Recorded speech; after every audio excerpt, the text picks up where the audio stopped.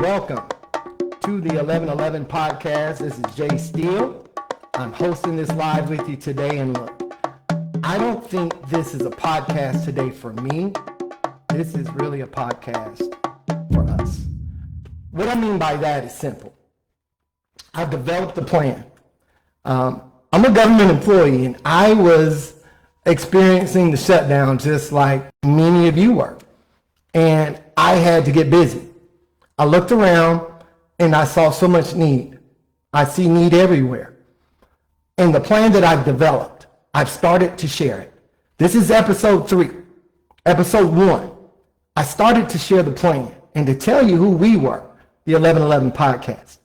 Episode 2, I told you who we were as people, as our black people from Africa and the entire diaspora that runs through the Caribbean islands, through South America, and North America. I told you who we were. We were the incredible people who pulled Europe out of the dark ages. And now, I'm telling you that those people I told you about, Skidaway Island, Georgia, those black people that experienced 40 acres and a mule for 18 months, short-lived. I told you all about that, which led me to today. Today, I'm not podcasting. Today, I'm presenting you my letter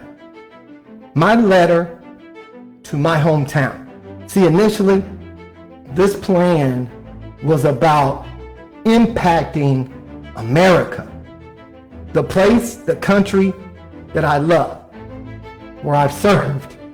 I'm a United States Air Force veteran. Happy Veterans Day. It's still going on for us. It happened on Tuesday. For us real live vets, we still celebrating. Because we know that once the holiday ends, we're going to have to celebrate one another. Because typically, America forgets about its veterans who were also impacted by the government shutdown. But as I look around, I think the real issue from the shutdown that stood out, it was, I'm gonna be honest, it's hunger, man. It's watching food get thrown into the political fray to deny people food. It's some low life caca.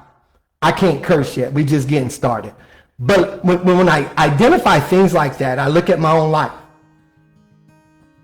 My household went weeks and weeks without pay. But we ate. We continue to eat. Because as a man, I was taught by a very, very tough father. He didn't allow me to show weakness.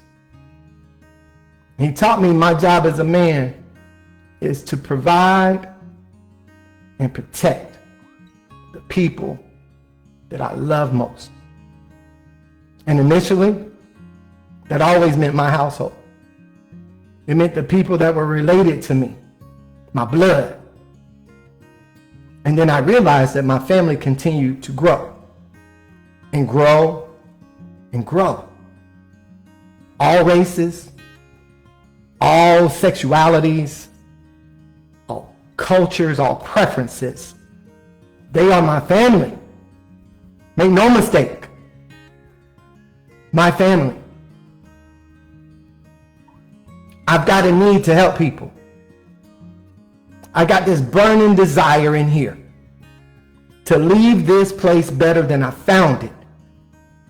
And that's a lot of people who look like me, black and brown. A lot of us feel that way.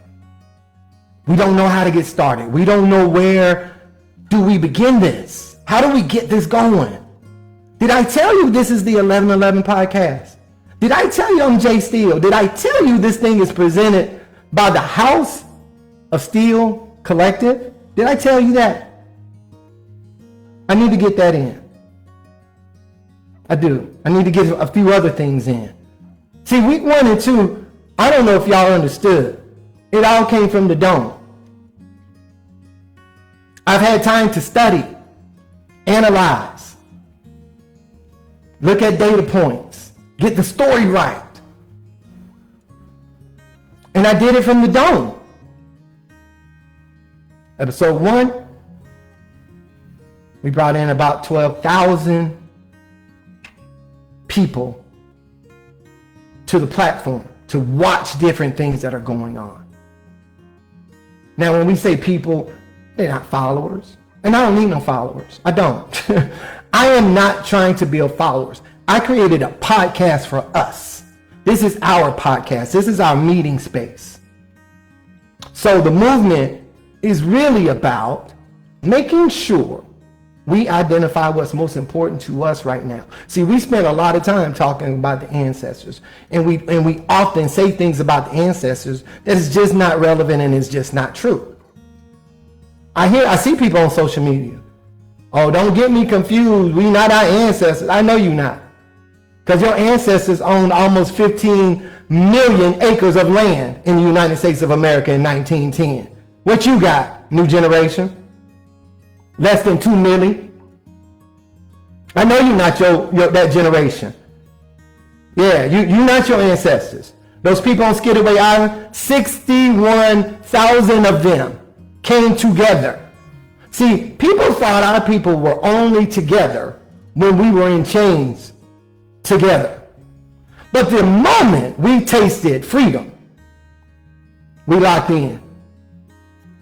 Locked in. However y'all want to do it. All the symbolism. Power, brother. It's a bunch of talk. Bunch of talk. Bunch of talk. I'm tired of hearing all this talking. I am. I'm tired of it. I'm tired of people looking at me just because I got the same skin color as them, talking about, hey, what's good, my N-word. You don't break bread with me. You don't make money with me. You don't sit down and plan on how we're going to make our society better. You don't do anything to make sure that elderly people that look like us aren't the poorest and hungriest people in America, which they are right now. How about our kids? Caucasian Americans. 8% of you live with the prospects of food insecurity. African Americans. 21% for you. 21% of our households. That's almost 1 out of every 4 cribs. Food insecurity. Y'all talking about Ice, Rollies, Louis, Gucci, Mercedes, and you don't know one black person with them last names. Sitting out here making everybody else rich. With our people struggling, in the mud struggling. No prospects of a way out. We don't have the time to sit around and come up with ideas so that we can infuse capital back into our economies and our hoods. We ain't got time for that. We got to do what? We got football coming up today. I talked about this before. Somebody getting ready to watch 9-10 hours of football today. Checking balance is $9.14. Savings is $4.01. And you forgot it was in there because you would have already transferred it. But we're going to watch football all day. Black men, I'm not insulting any of you because I love you. And this is a love conversation. Before I can get to you though, before I can have that mano a mano conversation, brown brother, I gotta talk about what we've experienced. I talked about the Moors. I went from the year 500 and brought it all the way through the civil rights movement. But I'm talking about right now, because in 25 to 30 short years, ladies and gents, because I do watch the analytics of who's watching, who's consuming this material that I'm producing. Age groups 40 plus. That's my audience. My biggest chunk, is between the ages of 50 and 64. And I'm letting you guys know, we ain't got but about 30, 35 summers left on this planet. And we gonna be the ancestors. And kids coming up today are going to talk about what we did or what we didn't do collectively. And the complaints about systemic racism. We know it exists. It's so prevalent in every formal structure in American society. It's palpable. You can feel it. We got to talk about that before we can talk about what we got to do. Let's talk about what has caused us all of this trauma. Because most of us are functioning out of trauma we've experienced. I know it because I've lived it. And I'm only sitting in front of you today because I had to stop and deal with my traumas. I'm healed. I did that work. And it's hard work. It is really, really hard work. It's what's motivated us at the House of Steele Collective to do what we're doing. Not only creating this space, but my wonderful, beautiful, awesome backbone wife. She ain't my rib. We'll go there someday. I ain't going there today. We're not going to go there today. I'm 11-11 because I'm 11 on this side and she's my 11 on this side. She's the balance. She's the feminine energy balance that I need in my life to make sure that I continue to heal as a whole person. Because my leadership has been tested throughout my life. And I have delivered throughout my life. Because my leadership isn't toxic. I lead with love. And this is a conversation of love.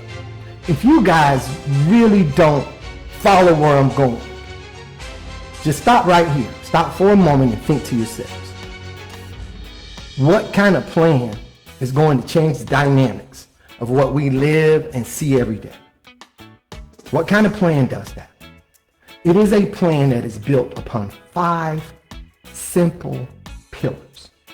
And the first one we start with is we've got to address hunger. Because we've become a people who are now depending on the very government that leaves us out of fair enterprise, free enterprise. Because enterprise is what gives you access to freedom in a capitalistic society. You guys got to understand, the money is the thing that equals things. Asian community has come, established a life here in America, and they are now the #1 group for money earners. Not Caucasians, Asians are.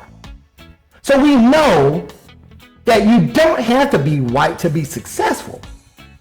What do you have to be? You gotta be a bit of a nerd. I'm here. I'm a nerd.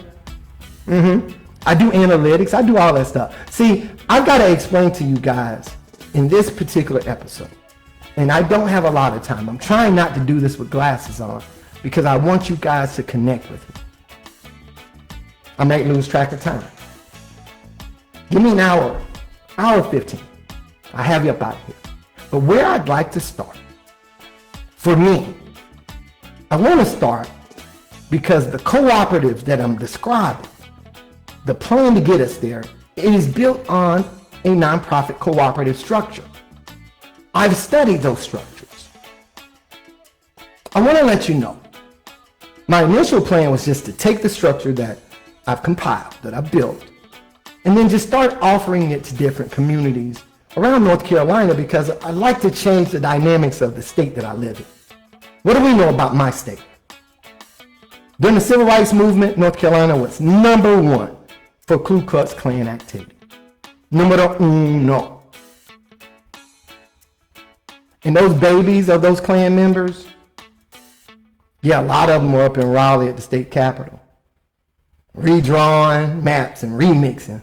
They remixing voting maps like they were P. Diddy with baby oil when he was 30 years old. They just draw a new map every other day. There's a particular group of people in the northeast corner of our state, of the Tar Heel state, up near Elizabeth City. See, there's Bertie County, these blackest county in North Carolina. Just a long legacy of black excellence up in that corridor. When you combine that group with the folks that are in Southeast Virginia, Hampton Roads area, that whole group of black people were referred to as maroon people. And they had their own society there.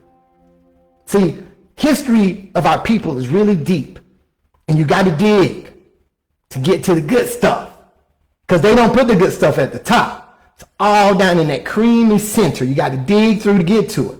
But what you'll discover is that a group of people that strong kept their culture together, kept their communities together, remained self-sufficient, and the only way to beat them, redraw the maps. And that just happened in North Carolina. We ain't talking 15 years ago. We ain't talking 25 years ago. We talking about just went down. So that leads me to the problem-solving mission that I jumped on. North Carolina seemed pretty big. So I really wanted to kind of zero in and where could we look. All week long, I spent traveling around Fayetteville. I've released a few videos. I'd appreciate you guys if you go look at the content. I'm really putting some work into this. I visited Compare Foods, which is a Hispanic-owned grocery store. I was under the impression that Compare Foods only had a Fayetteville location and a Charlotte location. But as I found out as I interviewed the manager, Manny, there are 25 locations all over North Carolina. Durham, Raleigh, Winston-Salem, Greensboro, possibly. I think Greensboro as well. Certainly Charlotte and Fayetteville. And what you see with all those communities I just named, they're all Democratic-leaning communities, because there are major urban areas in North Carolina, and they're always going to vote blue. So those areas that vote blue in North Carolina, this is not a political commentary, because I have no use for politicians. Not commentary, these are observations.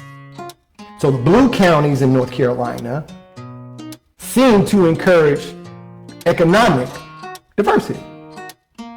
Cooperatives. So right across the street from the Hispanic grocery store is a Hispanic credit union. Latino Cooperative Credit Union. And as I went in and spoke to those folks, found out, interestingly enough, they've got a similar blueprint to Compare Foods. They've got 14 locations all over the state, and guess what? They're all in those blue counties. And I discovered a few other things. Black people are into credit unions as well, up in Durham, North Carolina. So Durham is really kind of the epicenter of black cooperatives. They've been successful very much in Durham, to some degree in Charlotte. But the main thing I wanted to kind of point out today, when I wanted to do this episode and I did all this research, not only did I visit the Hispanic stores, I visited African Caribbean. We've got 2 African Caribbean markets here in Fayetteville. I visited both of those, talked to those store owners, both from Nigeria, Yeti and Kuku. Very nice to meet them. As I walked in, guys, the biggest compliment I think I've gotten in a very, very long time was both of these ladies, both Nigerian descent, moved here as immigrants. And they both said to me they thought I was going to speak Yoruba when I walked in because I look Nigerian. And for a kid who grew up in a place that didn't embrace or appreciate his African heritage, knowing that makes me even more proud to be damn near 80% Nigerian. So I love that, man. So to Yeti and Kuku, it was great seeing you guys. I visited a few soul food restaurants. So I wanted to get the feel of a community who's already embraced economic diversity. Fayetteville, North Carolina. So as much as you hear negative about Fayetteville, home of Fort Bragg, you're also going to understand that with this military community, there's a lot of diversity in the community. So it's really, really dope to see that part. I immersed myself in it this week since I was off work. Really had a good experience. And as I saw those things, as I witnessed these things, I began to think about Greensboro. And I began to think of the Renaissance collective that was there, the community collective. It was RCC, Renaissance Community Collective. So what they really did was they took pillar one of my plan. They began working with local farmers as a source, and they set up their own grocery store in an underserved black community in Greensboro. And this was, again, not too long ago, 2016. And it was just a wonderful thing. It appeared that the political leaders and everyone were very supportive. And before you know it, white supremacy economics showed up again. So Harris Teeter ended up building like a neighborhood Harris Teeter, not the full-blown grocery store, but a neighborhood version right across the street from RCC's grocery co-op. And eventually went out of business. And when I mean eventually, I mean 3 short years. That's why I feel so special about episode 3. I made it to the 3rd episode. You guys haven't canceled me yet. But yeah, so you see these things are occurring still in modern times. Every time we try to get our own damn 40 acres and our own damn mule, since you guys don't believe in reparations for black people. See, I didn't realize that reparations had skin tones because everything lighter than us have been paid. Native Americans, Japanese Americans, Jewish Americans. Jewish Americans, I don't mean Jewish Americans only. People of Jewish faith. They've received reparations from all over the world. 3 million Jews killed in Germany, but 6 million when you include all over Europe. It's disastrous to think human beings could be that horrible. Well, no black people killing them, though.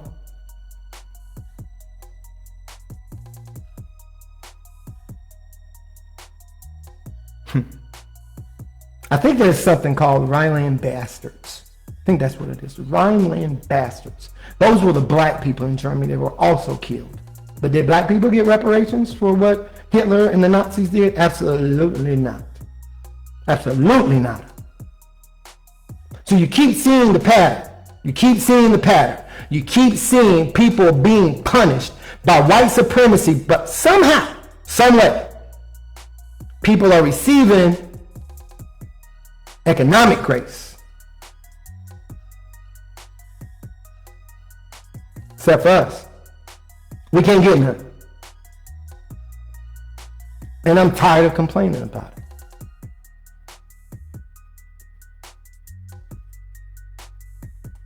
I want to be able to hear myself a little bit better, guys. Y'all bear with me a moment. I just want to see if I can get my headphones applied correctly. Okay, that's a little bit better. Okay. Here's my letter, my open letter to Thomasville, North Carolina. And again, didn't want to totally do this from here, but I'm going to do it anyway. Here it goes. From here and from here. I was born in Thomasville, North Carolina in 1970, and I met racism before I even met my first white classmate. You see, at 4 years old, I have a very vivid memory of seeing 3 men on horseback, dressed in their full Ku Klux Klan attire, galloping through that little piece of yard that my apartment complex had.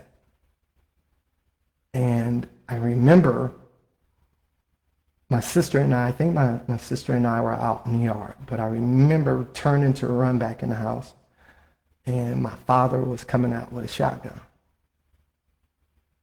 And for a 4-year-old boy, scary moment initially, yeah, really, really startled, didn't understand what any of this was about. But I knew fighting was involved. I knew the response is you got to fight somehow.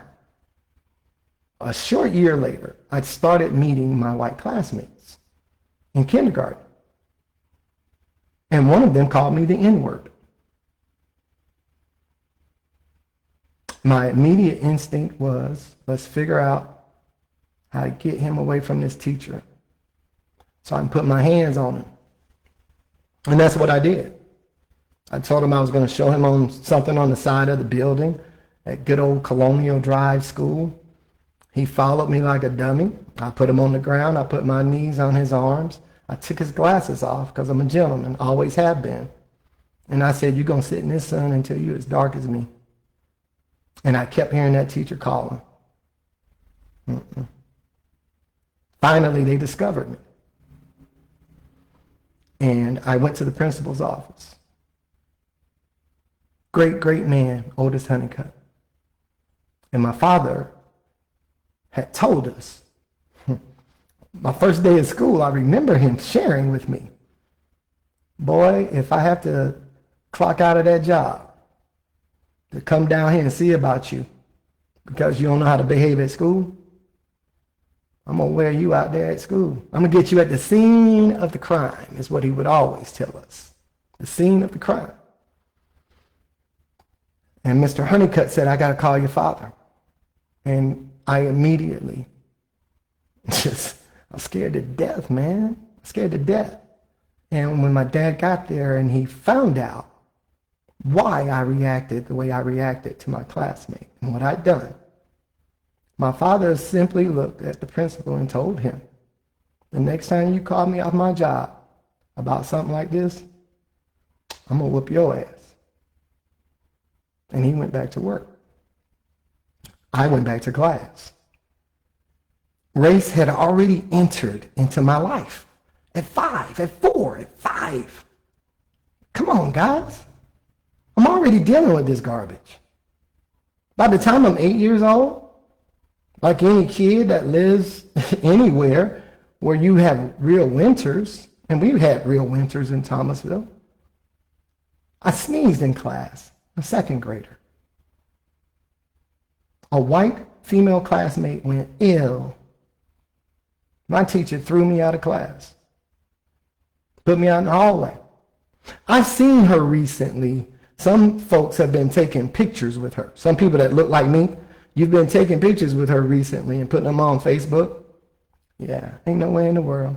She sat me out there in that hallway, and a black teacher by the name of Miss Graves, 5th grade teacher, saw me in the hallway, dealt with that teacher immediately. And from there, I was off and running. See, I had the wind at my back and the sun at my face. Wind is in my blood. I was born with what it takes, okay? I knew it. I knew it. I got a teacher who rocking with me. I got my old man who's going to show up, handle what he need to handle. I just got to handle my business. That's what I did. I went all the way through elementary school, didn't make anything but A's. And I was identified as gifted and talented. And I was placed in a classroom with approximately 30 kids. And there were just a few of us black kids. And we began an experience that most people never experienced growing up in Thomasville, North Carolina. You see, at that moment, I'm now understanding race and I'm understanding economics. A lot of my classmates came from pretty decent households. You know, they had nice homes. They had nice things. They were the sons and daughters of doctors and lawyers and business owners. So this is my moment to find out. Bro, you poor. Like straight up, you poor. And these are the experiences that really started to shape me, because I'm now experiencing racism, not with the classmates that I had, not with the white classmates. Never once was I called an N-word by any of those classmates. I was at their homes. I ate with them. Their mom and dad were nice to me. What are you talking about? It was beautiful. I started experiencing life, not through the lens that I saw it, which was TV, because that's where I saw white people. That's where I saw white life, was on television. I'm now in homes. I'm meeting things like pantries. You feel me? Like, y'all got a closet full of snacks? Yo, I was bugging out, man. So, yeah, I'm having some of these experiences, but on the flip side, I got some jokers calling me a chocolate-covered white boy, all kinds of foolishness, man, from my own community, from my people. So I'm experiencing race from a totally different lens. And at times I feel like I'm caught in the middle of it. And it just continues on. It continues on. You look around where you grow up and you see the poverty. And you see the alcoholism. I had a front row seat to alcoholism. Liquor house life, man. Yeah. Right there at the end of my porch. And right across the street, during the crack epidemic, young brothers like me was making choices. They would always say, man, I ain't going to work for that white man. I'm going to hustle. No thoughts of a 401k, no thoughts of dental insurance, health insurance. It was simply, got to figure out a different way to survive economically. Let's be honest about it. I resented some of my brothers for making that choice. I did. Because never in my wildest dreams could I see myself dealing crack to black queens and black kings in my community. I saw it, man. It was horrible. You know, your friends' moms offering you oral sex for $5, man. This stuff was going on, man. This is what we were subjected to, even in a place as small as Thomasville, North Carolina. And what we know is not one person that looks like me or looks like Jorge brought crack into that little town. You see, the crack wasn't in those neighborhoods when I was hanging out at my friend's house with the pantries. They didn't have no crack in their neighborhood. That crack was strategically placed in the environments in which I lived. So now I got poverty to deal with, I got racism to deal with, and I got a crack epidemic staring me right in my face. Because I want to live a little bit better too. You know, the dope boys had a good life for a short while, man, until incarceration happened. They had a good run, man.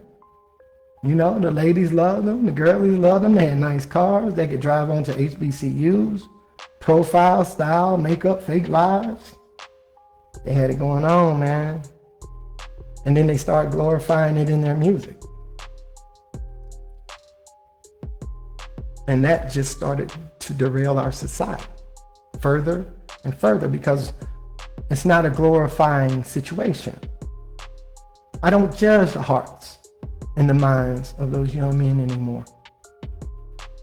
They were placed in a jungle, concrete jungle.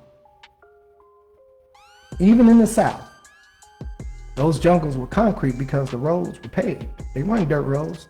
They were slanging. And all those famous drug dealers you know of, Jay-Z and all of them, they tell the stories of coming down south. They did. They came down south to places like Winston-Salem.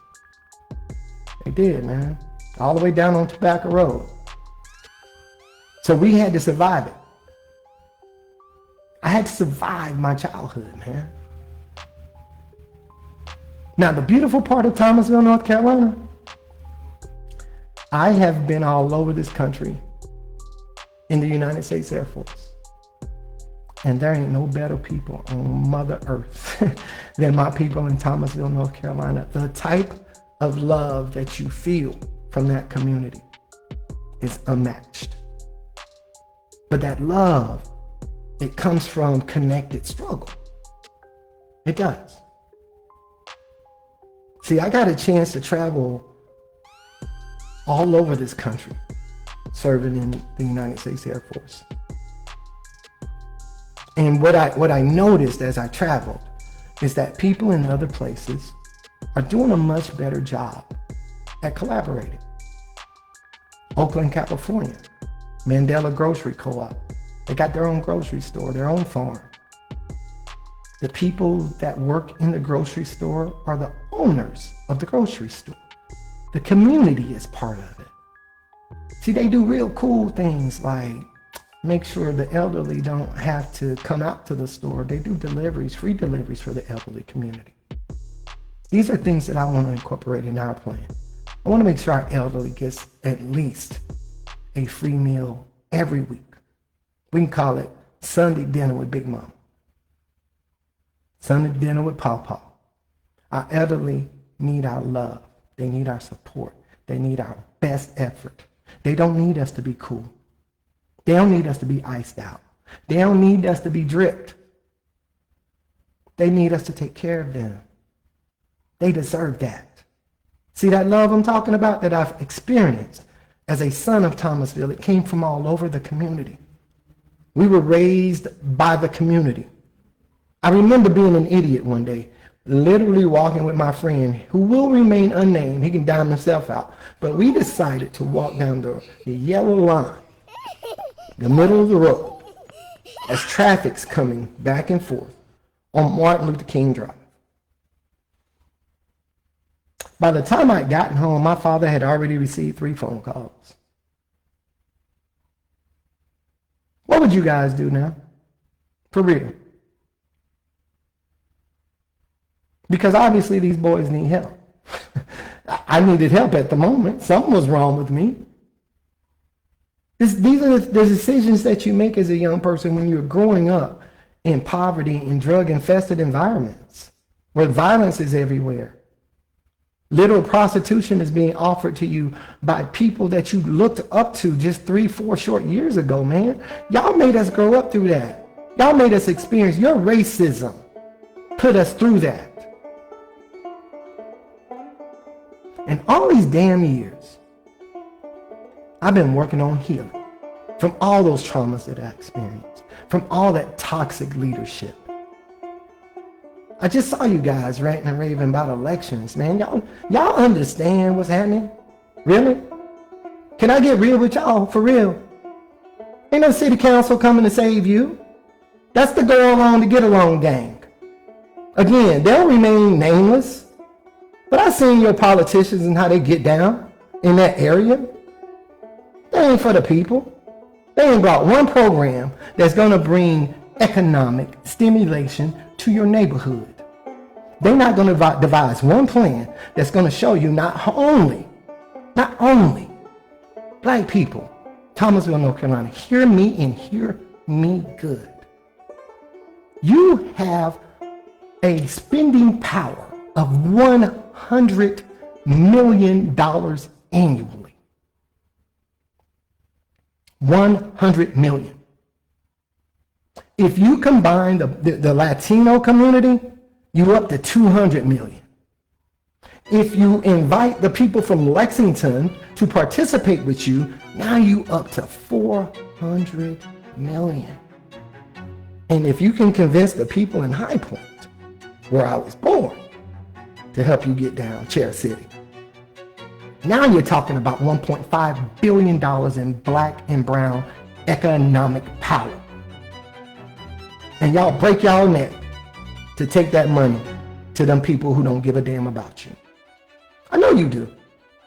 I did it too when I lived there. You will break your damn neck to take it. You know the place is racist when you pull up to get gas, and you still get gas there. Really? Really? So I'm going to treat you like crap, and you're going to pay me to do it. I told y'all I wanted to have a real conversation. Let me ask it again. Come on. Pay me to treat you like crap, please. I wouldn't even do it. But this is what you do consciously. No, it's not. It's unconscious.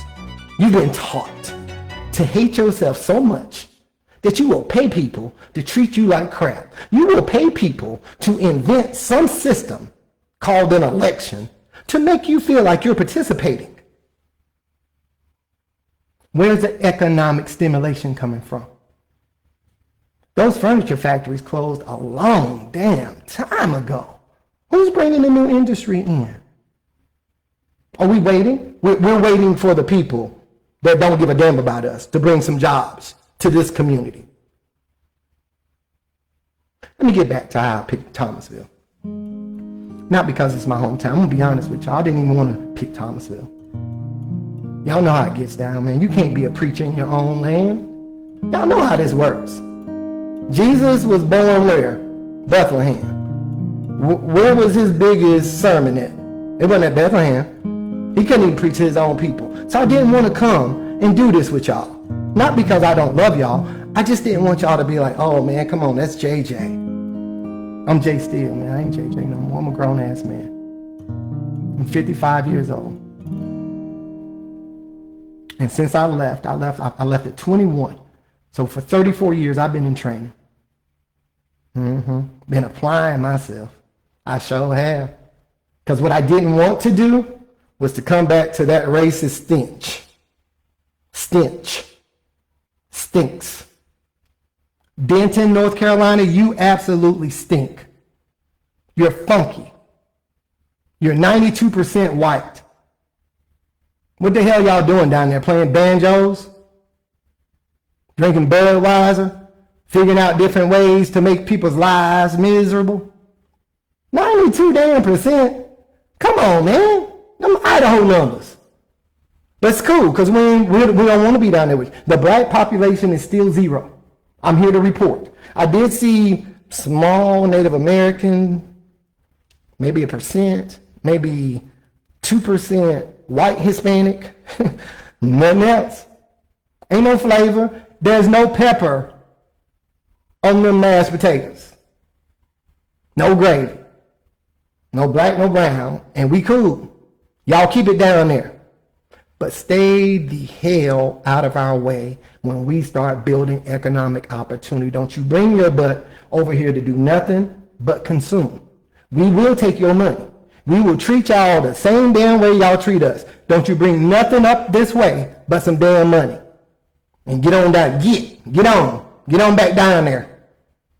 So we take care of that. The reason I got back to Thomasville is because as I did my research, I told you, Renaissance Community Collective in Greensboro from 2016 to 2019. But this whole thing about food was in my mind from the shutdown now. So the food is where I'm at. Grocery store. Greensboro Food Line was born in Salisbury, North Carolina. That's where Food Line got its start. One of the largest grocery store franchises in the Southeast. So we've got 2 marks on the map. What's the middle point? What's the halfway point between the Co-op grocery store and Food Line? Greensboro, Salisbury. Thomasville, North Carolina. Almost exactly halfway, off by just less than 3 miles. That's how I picked Thomasville.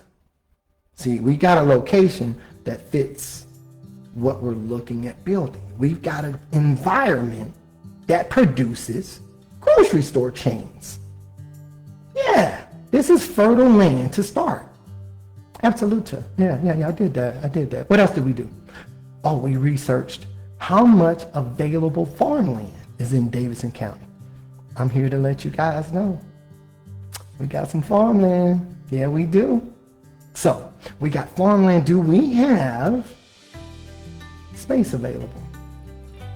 Yeah, we got space all over. We got commercial space all over that little city.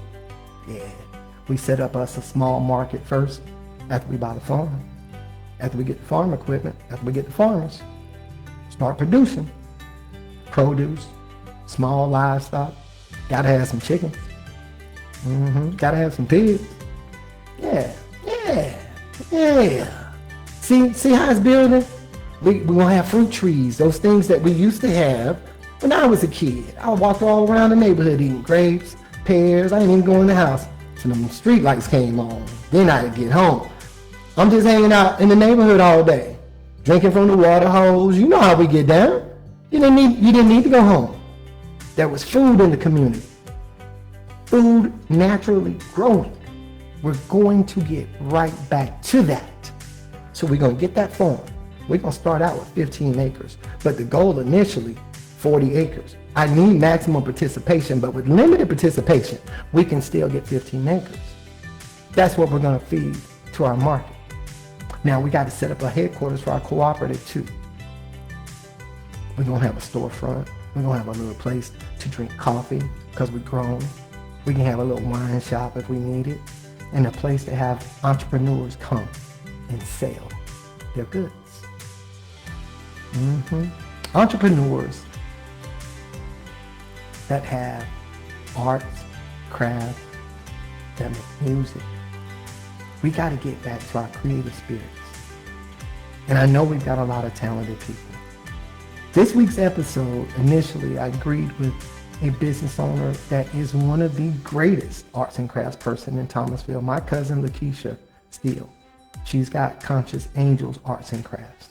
She gets down with hoodies, t-shirts, trays, holiday ornaments for your favorite NFL, NBA teams. She just kitchen, bath. She does a lot. I need her to have that storefront, that spot to be able to sell her stuff. You feel me? Long Way Entertainment. Need a spot, man. Just have a little booth there. There's more and more businesses I know. Just like there were more and more people that served in the Air Force that influenced me. The Harold McFadden's, the Richard Coleman's, Derek McFadden, Mark Brody. All brothers that I grew up with that went into a branch of service that we rarely heard anything about.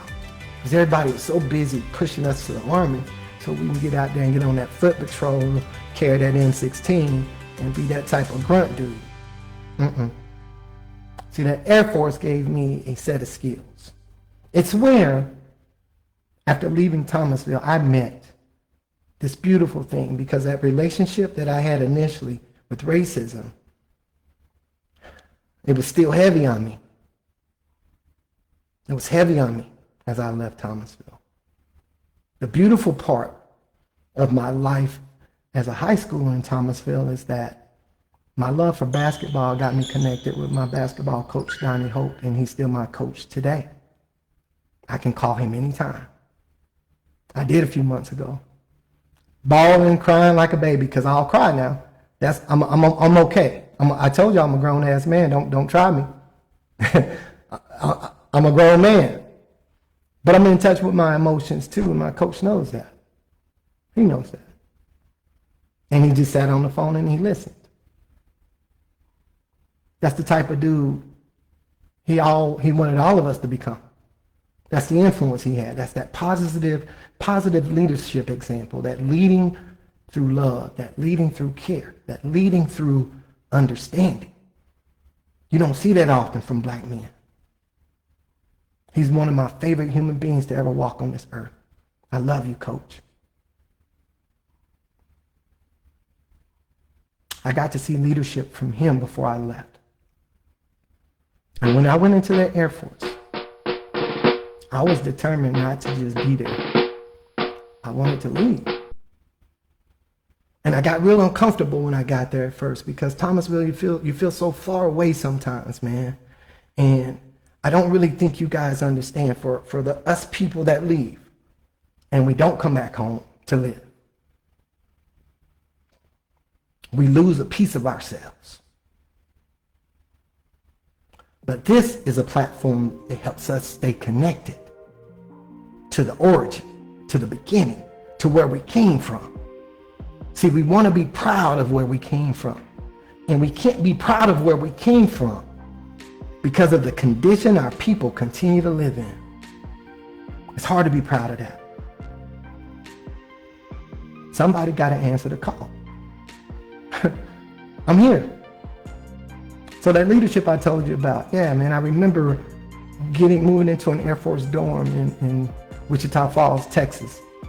And as I'm putting my clothing in there, I look inside the drawer as I pull it open.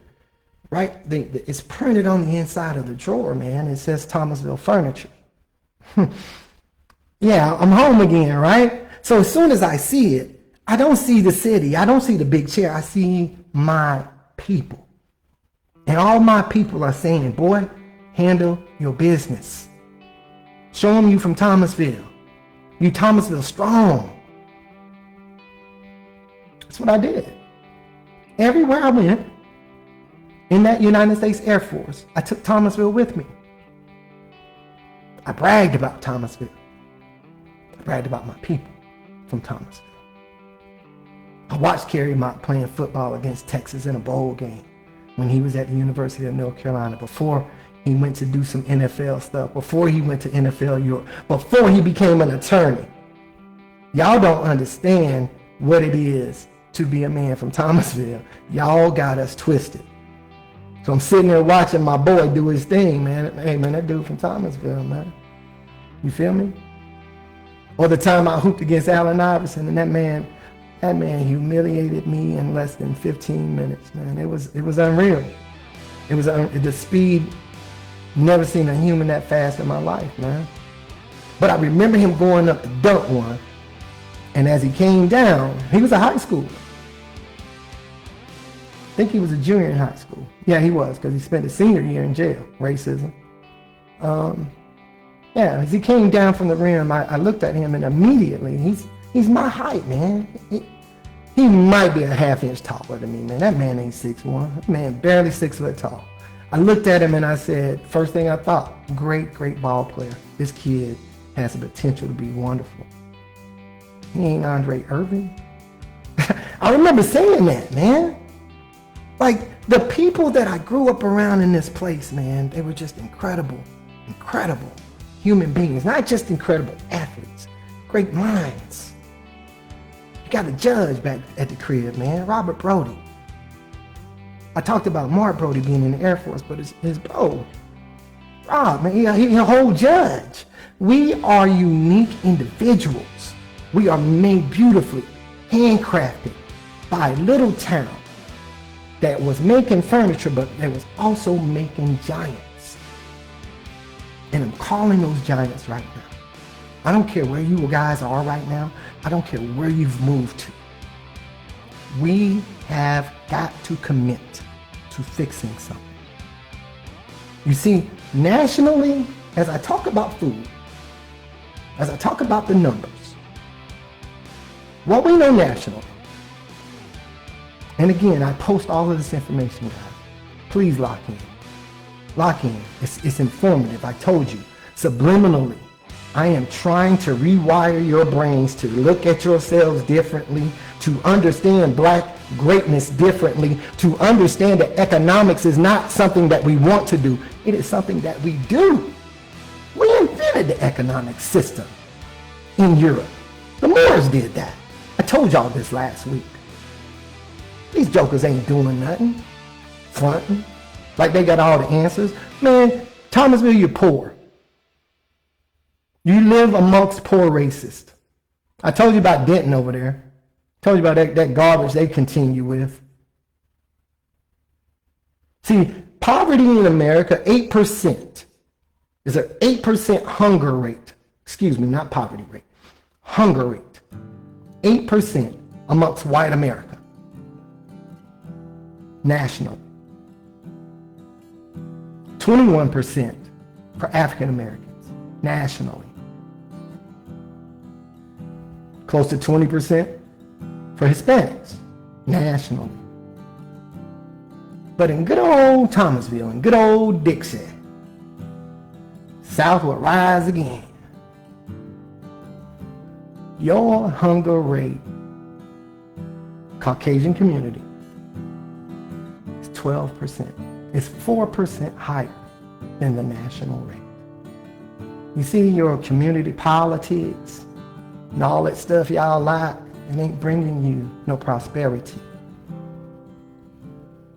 And I've dove into those numbers, a deep dive. And what it tells me is that not only are you guys cool with being poor, you're even more cool with the idea of people around you that don't look like you being worse off than you are. So you'll do every damn thing in your power to keep them down, just to say, we got it better than them. At least we got it better than them. We could not turn this, the skin issue that we benefit from nationally, we couldn't turn that into something productive for ourselves. So we're going to make sure we keep this man down over here. Now, don't get me wrong. The data also tells me that for your top 5% wealthiest citizens in that community, you have a net worth that is 20 times higher than the lowest. That's the gap. So some of y'all are living half the hog, while the rest are struggling with the others. You know what I mean? Don't worry, we got something for you too. My leadership is not toxic. We're going to pull you out of poverty too. We are. Because when this community over here eats, all boats rise. I just don't want y'all to be the ocean no more. Y'all that choppy surf. That stuff you get when them outer bands from a hurricane is coming through. Choppy. Surfers like it. Surfers died there too. That's what y'all leadership feels like. Feels like surfing. Black people don't surf. Skirt. We don't surf. What y'all talking about? We are going to become the economic wave that raises your boats now. Yeah. And as I told those wonderful citizens of Denton, bring your money and go back home. Same message for you. The leadership's not toxic though. Same message for you. Bring us that money and get it. Now, for those wonderful people in Thomasville, my fellow Caucasian Americans that were so good to me when I was growing up, I ain't got no issues with y'all. I already told y'all I want to do business with you. But you got to make a decision. You can't continue to sit back quietly and benefit from the struggles that everybody else is having. See, you understand that the war has been ensuing since the first damn slave ship got here in 1619. Right up there in Hampton, Virginia. That battle been going on. And right now the battle is on this front. It's not religious, it's not political. We've got an economic battle happening. And there's a time frame on this battle. See, you guys can't sit back and hope and pray that things gonna get better. Your own Bible tells you that faith without work is dead. And y'all got a whole lot of damn faith, but your work ethics ain't meeting the mark. I'm a go-getter, I'm a grinder. You can't outwork me. You can't, the racists can't. I'm not gonna let nobody outwork me. I was raised like that. I was raised to be an absolute freaking machine. And that's what I am. I'm a machine. And you're not going to outwork me, racist. You're not going to outthink me. My plan is already developed to deal with jokers like you.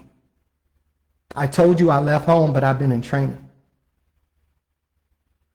In 2009, in October the 3rd, 2009, I became the first black union president at Fort Bragg, North Carolina.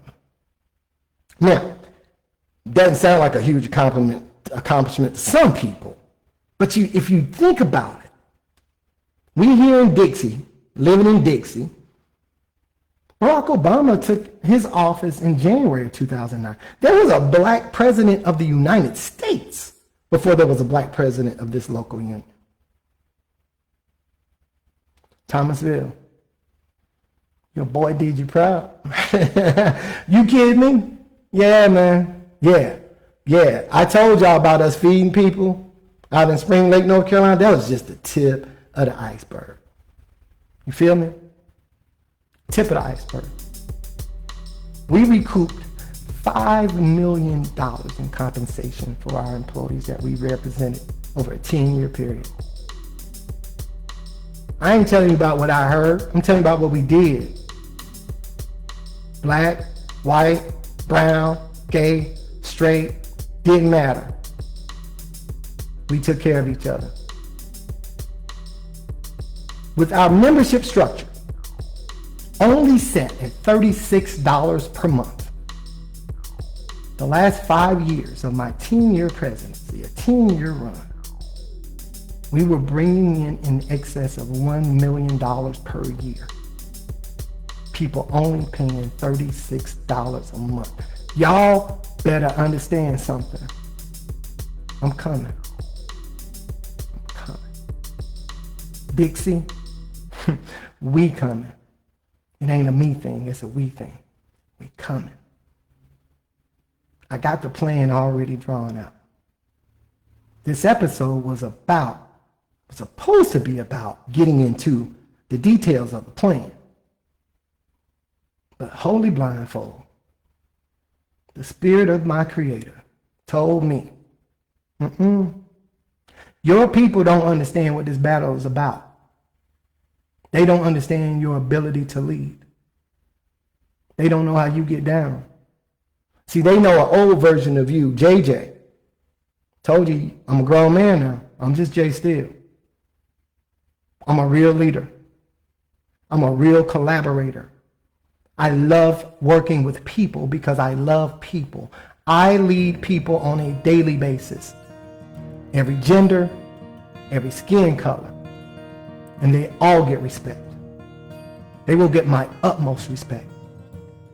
Who are you to walk on this earth and think you have a right to prevent anybody from experiencing the freedom that God designed them to experience? God owns freedom. You own money. God owns freedom. But you use money to keep people from experiencing the true freedom that God wants us to experience. So to me, you are a different category of human. You're inhumane. And inhumane people can't stop what I build. They can't kill what God put inside of me. Only I can kill that. Only I can prevent what God put inside of me from coming out to be on full display for the world. And I promise you, at 55 years old, I am completely whole and healed. And there's nothing that's going to stop me from making sure that my people eat. 1 in 4 black people living in Thomasville, North Carolina is dealing with food insecurity. I said 1 in every 4.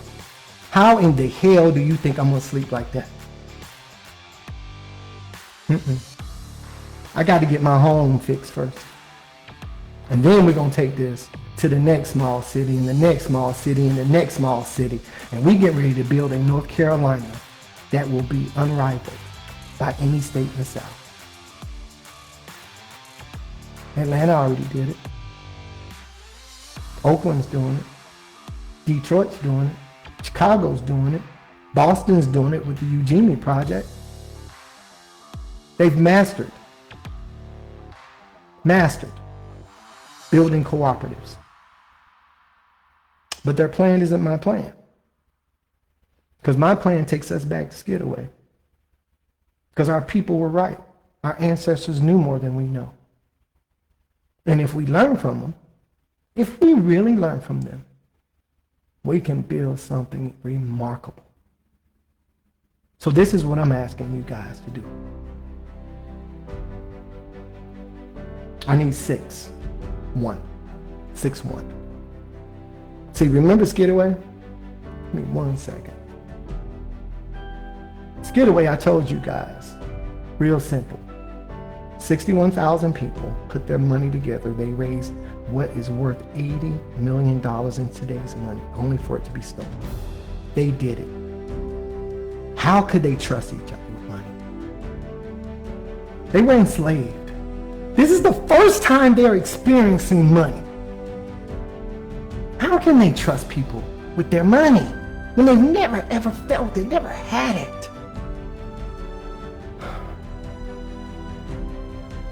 They were about to build something amazing on Steele. Same thing we're about to do. I need 61 founders, not 61,000. I need 61. I need 1% of that effort to build what we need to build. 61 people committed to putting in $50 a month. That is founder level entrance into what we're creating. We get the farm first, right? We buy the land, we build the farm. We build the fresh market. We build the storefront, then we turn that into a grocery store. Farm is year 1. Market is year 2. Grocery store is year 3. Credit union is year 5. Year 8 private school. I ain't playing with y'all. $50 a month to become a founder. Founders have voting rights on everything that happens with this program. I will not be a founder. I am simply orchestrating a movement. I'm giving you the blueprint, the recipe, and I will stand by available for anything that you need from me. We're going to get that money up. We're going to buy that land. We're going to start the market. We're going to flip that into a grocery store. Hire our own people, control our own food sources. Now, if you're a member of the community and you cannot afford that commitment of $50 to become a founder, a $50 a month commitment, that's dope. Don't worry about that. You can become a member. And your membership structure will be $11 a month. Just that simple. You in. With membership, you get discounts, just like you get discounts on anything else. And the discounts we're talking about is from our retailers, our arts and crafts folks, our grocery store, those types of services. We're going to be delivering goods and services. We're going to be doing e-commerce as well. So you get to save a little money with local delivery. Absolutely. Got something for you. Now, for those that are outside of the community like me, but your heart is still tied and attached to it because it's the place that gave you life. Yeah. We can get into. You see, the 61 founders will make available shares for sale. They will determine the price of the share. I will suggest the price per share, but the founders will determine it, but they will also determine who gets to become a share owner. I told y'all, bring that money and get. I meant that. Bring that money and get. Get on back down there to your 92% white paradise. Run that money up here, though. Skip that Walmart. We got better deals. I promise you, we're going to have better deals than Walmart. So get on over and see us. Shop with us. Rock with us. Help us build this thing up. And when we get that school, I told y'all 500,000 times about the efforts of black people in Thomasville not being recognized appropriately. We don't care no more. I asked y'all to put Akeem Gates' name on that stadium. How many times I tell y'all to do that? Y'all kept ignoring me. Don't worry about it. When we get this school built and we take them black athletes out of that high school and have them playing ball over here, instead of our black people having to take their kids to Greensboro and High Point and Jamestown to play sports because they don't want to live in that cricket mess y'all done cooked up. When we build it, watch what we do. Watch what we do. Y'all had 55 years to get your shit together, and you didn't. And you let me cook up a plan. And it's on now. It's on. This is not anything intended to be violent. This is an economic war that you started July 4th, 1776, when you wrote the Constitution without any input from us. When you've applied amendments to that Constitution without any damn input from us. You wrote the rules to benefit you. It is what you use to keep you from going to jail every time you break laws, the laws you wrote. I get it. I understand. We're going to write some rules over here, though. We're getting ready to write our own rules. The founders, the 61 founders, will write the rules that puts forth in motion everything that happens. We're going to retain legal attorneys too. So legitimate. Did I mention Carrie Mock's name? Oh well. Listen, guys, this has been episode 3 of the 1111 podcast. I want to make sure I share this with you before we go. Week 1, we did a little bit over 11,000 views of the actual pod. We had for a 28-day period, we had 32,000 platform looks. Last week, we've tripled our views for episode 2. And guys, we're growing, like rapidly growing. But this is what I need from you guys. If you can please do this for me. This is for the movement. This is for our podcast. I'm having to podcast live on my personal channel because the podcast page is not even 60 days old. When I tell y'all I've been cooking, but it's been recent, we're building this so quickly. And I need your continued support. If you can please go over to the 1111 podcast page and follow us there. Because in a few short weeks, all of our live podcasts will be there. They won't be here. You won't be able to find it here. And I need y'all to continue to hear this message. We've got a lot of work to do in a very short amount of time. I'll be explaining that. Hope AI Academy from a mentor, a person that I love, John Hope Bryant. He's building something creative for AI for us because AI ain't coming. It's already here, guys. So we've got to get these things in motion. We've got to create our economic system, our ecosystem before AI enters the game, fully enters the game called capitalism. They've already shut us out. They've let everybody that's come to the country after us into the game. So you already know they're going to let AI come into capitalism way before black people. We got a lot of work to do, guys. So join me over on the podcast page. One final thing, again, I just want to let you guys know, mind, body, spirit is what we're looking to help improve here with this movement. Now, your mind, your thinking, being able to work through past traumas, we're going to have to spend a lot of time talking about that because we're still functioning out of our traumas. The alcoholism, the smoking the cigarettes, the people picking up their kids from school smelling like weed. Come on, y'all, damn. We got a lot of work to do on that front. But the mental, the economical, the health and wellness, but the spiritual, we got work to do there too.